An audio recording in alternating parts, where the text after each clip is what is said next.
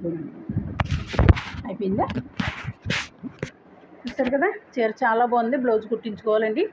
మేము 500 ఎలా కట్టుకుంటానండి నేను చీర ఎప్పుడో ఫంక్షన్కి కట్టుకుంటానండి. ఆ కట్టుకున్నప్పుడు కూడా మీకు వీడియో తీసి పెడతాను.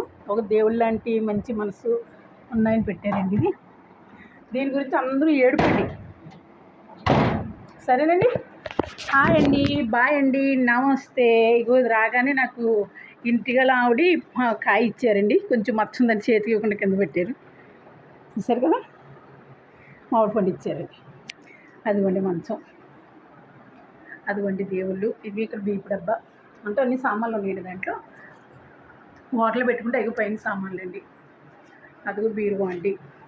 ఇంక ఈ బట్టలన్నీ మడత పెట్టుకోవాలండి. తర్వాత నెమ్మదిగా భోజనం చేసి పెట్టుకుంటానండి. సరేనండి. మా జపాన్ చూసారా అదిగోనండి. ఓకేనండి. హాయ్ హాయ్ బాయ్ బాయ్ నమస్తే అండి. హోమ్ టూర్ చూపించేస్తాను, మీకు వీడియో పెడతాను చూడండి. చల్లగాలి చెప్పింది ఏమని, చల్లగా నూరెళ్ళు ఉండమని, పిల్ల ఏరు చెప్పింది ఏమని, పిల్ల పాపలతో. అది కూడా డెకరేషన్ తీసానండి మంచం. ఇంకా వీడియో తీస్తున్నారు కదా, నా దుప్పటి వేస్తానండి. ఇప్పుడు తీస్తాను. ఓకేనండి. అలా ఓపెన్ మెంటాలిటీ అండి నాది, కానీ మళ్ళీ డిలీట్ చేస్తారండి నా వీడియోలు. ఒక ఛానల్లోని తప్పు కదండి, నాశనం అయిపోతారండి. ఏదో చేస్తున్నాడో ఏముండో చేస్తుందో, ఏ లంజా కొడుకు చేస్తున్నాడో మాకు తెలియట్లేదండి. ఆ లంజా కొడుకి గుర్తులు కట్ చేసి యోగం వచ్చిందండి, అందుకే అలా చేస్తున్నాడు. సరేనండి. హాయ్ అండి, బాయ్ అండి, నమస్తే.